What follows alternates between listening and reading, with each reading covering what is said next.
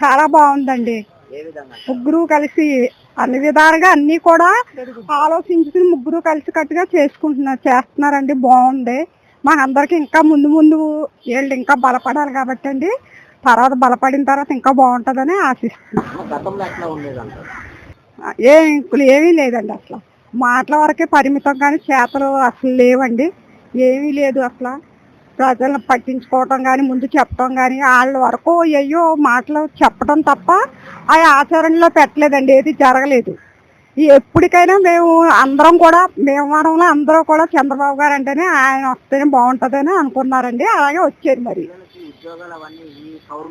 అని ఆశిస్తున్నామండి. మరి తెలుగుదేశం ఉద్యోగాలు లేక చాలా మంది చాలా ఇబ్బందులు పడ్డారండి. ఇంకా ఉన్నారండి. ఇప్పుడు మరి ఈయన చంద్రబాబు నాయుడు గారు వచ్చిన తర్వాత ఆయన అన్ని పెట్టి చేసుకుంటే ఇంకా సంతోషం. లోకేష్ గారు కూడా ఉండి కొద్దీ ఆయనకి అవగాహన వస్తుందండి. కొంచెం చిన్న వయసు కాబట్టి అయినా సరే ఆయనకి మించి వయసుకు మించి బాగానే చేస్తున్నారు, బాగా మాట్లాడుతున్నారండి. చూద్దాం మరి ఏం చేస్తారు. ఉందండి.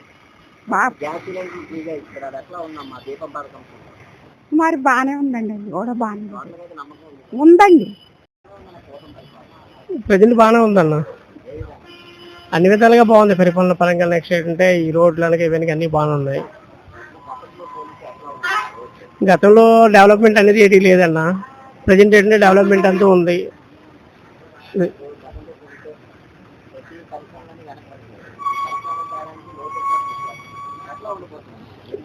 ఇప్పుడు నిరుద్యోగులకు బాగుంటుందండి. ప్రతి ఒక్కరికి ఉద్యోగాలు వచ్చే అవకాశం ఉంది. పక్క రాష్ట్రాలకు వెళ్ళాల్సిన అవసరం కూడా ఉండదు.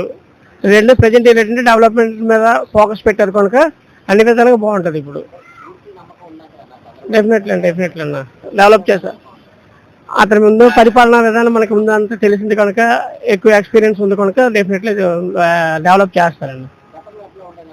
గతంలో ఏం లేదన్న, పంచడమే తప్ప ఏం డెవలప్మెంట్ లేదు. శాంతి భద్రత అనేది గతంలో అనేది పూర్తిగా విఫలమయ్యాన్న. ఇప్పుడు మటుగా అన్ని విధాలుగా బాగుంది. ఎటువంటి ఎవరు మాట్లాడుకునే అవకాశం ఉంది, ఎవరి మీద విమర్శించే అవకాశం కూడా ఎవరికి లేదు. అంతా బాగుందన్న ప్రజెంట్.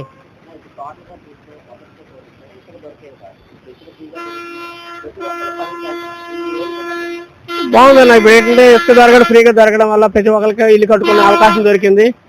నెక్స్ట్ ఇసుకలో దోపిడీ ఎక్కువ లేదన్న. ప్రజెంట్ అయితే బాగుంది. గతంలో దారుణంగా ఉండేదన్న.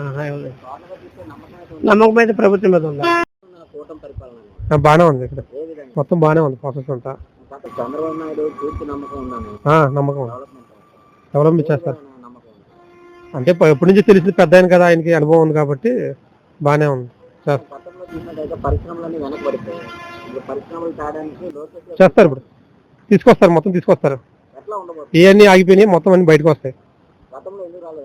గతంలో మరి అప్పుడు పెద్దవాళ్ళు పరిపాలన బట్టి ఇప్పుడు బాగుంటుంది. ఇప్పుడు అంటే పెద్దోడు కదా, ఆయనకి అనుభవం ఉంది. 4 సార్లు వేసారు సీఎం. పెద్దోడే ఆయన తెలుసు ఏమేమి చేయాలి. ఆయన పెద్ద పనులు తెలుసు ఆయనకి. ఇప్పుడు ఈ పెద్ద ఆయన ఇప్పుడు ఉన్నదంటే మన యూత్ కోసం, పనుల కోసం ఆలోచిస్తాడు ఆయన. నమ్మకం ఉంది మాకు. బాగుంది పరిపాలన. టీడీపీ ప్రభుత్వం బాగుంటది. ఈ గవర్నమెంట్ P4 విధానం తీసుకురావడంపై మీకు ఎలా అనిపిస్తుంది? ఇది చాలా శుభప్రదమైన ఐడియా. ఎందుకంటే ఇవాళ సంపాదించిన వ్యక్తులు చాలా మంది సంఘంలో ఉన్నారు. వారికి మళ్ళా సంఘానికి వారి వంతుగా ఎంతో సహాయం చేయాలనే ఉద్దేశం ఉన్నది. కానీ ఎవరికి చేయాలి, ఎలా చేయాలి అనే అయోమయంలో ఉన్నారు ప్రస్తుతం. కానీ గవర్నమెంట్ దాన్ని, ఆ గందరగోళాన్ని ఓపెన్ చేసి వీళ్ళిద్దరిని ఒక చోట, ఒక ప్లాట్ఫామ్ గా పెట్టి, గవర్నమెంట్ ఇలాంటి చంద్రబాబు నాయుడు తీసుకురావడం కరెక్టేనంటారా? 100% కరెక్ట్. దీని వలన సత్ఫలితాలు వచ్చే అవకాశాలు ఉన్నాయి. ఎందుకంటే డబ్బులు సంపాదించిన వాళ్ళకి ఒక రకమైన సాటిస్ఫాక్షన్ వస్తుంది. నా వలన, నా ఫ్యామిలీ వలన కొంత ఫ్యామిలీ వాళ్ళకి ఎవరికైతే ఇబ్బందికరంగా ఉందో, ఆర్థిక పరంగా, సమాజ పరంగా ఇబ్బందులు ఉన్నారు, వారికి ఎంతో కొంత సహాయం చేసినట్టుగా ఉంటుంది. అది కూడా గవర్నమెంట్ ద్వారా అనే దృక్పథంలో ఉంది. కానీ అంటే చంద్రబాబు నాయుడు గారి ఆలోచన రావటం ఎలా అనిపిస్తుంది? చాలా మంచి ఆలోచన. ఇంతవరకు ఇలాంటి ఆలోచనలు ఏ రాష్ట్రంలోనూ, ఏ గవర్నమెంట్ లోనూ, ఏ పార్టీలోనూ ఈ ఐడియాలు రాలేదు. చంద్రబాబు నాయుడు గారికి ఇది ఒక ఆనవాయితీ అయిపోయింది. ఎప్పుడు ఉండింది అక్కడ ఉమ్మడి రాష్ట్రంలో ఉంటే ఐటీ అనేది తీసుకొచ్చారు. ఇక్కడికి వచ్చిన తర్వాత ఏఐ టెక్నాలజీ వచ్చింది. అన్ని రంగాల్లోనూ కొత్త విధానాలు తీసుకొచ్చి లోకేష్ బాబు గారి సపోర్టుతో తండ్రి గారి డిసిషన్ దీనివల్ల ఈ 3-4 విధానం ఉపయోగపడిద్ది అంటారా సామాన్యులకి? ఉపయోగపడించుకోవాల్సింది ఈ ఇద్దరి మధ్యలో ఉంది. సహాయం చేసే వాళ్ళ మీద ఉంది, సహాయం తీసుకునే వాళ్ళలో ఉంది. ఎక్కువ సహాయం తీసుకునే వాళ్ళు పూర్తిగా సహకరించాలి. అంటే ఇప్పుడు చంద్రబాబు నాయుడు గారు ఇలాంటి పథకం ఇది 3-4 విధానం తీసుకురావటాన్ని కొంచెం మంది వైసీపీ వాళ్ళు ఎగతాళిగా మాట్లాడుతారు. దాని మీద మీరేమంటారు? అది రాజకీయ పరంగా చేసే క్రిటిసిజం తప్ప అందుట్లో దమ్ము లేదు.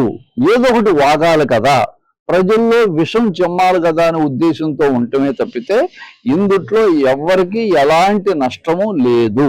మీరు ఎక్కడ ఉండేది సార్? మేము ఉండేది మంగళగిరి సార్. ఈ రోజు పట్టాలు రావడంతో మీకు ఎలా అనిపిస్తుంది? చాలా హ్యాపీ సార్.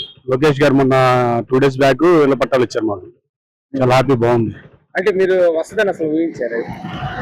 అంటే 1 year లో పట్టాలు ఇవ్వడం అనేది చాలా మంచిగా గర్వించదగ్గ విషయం. చాలా హ్యాపీ.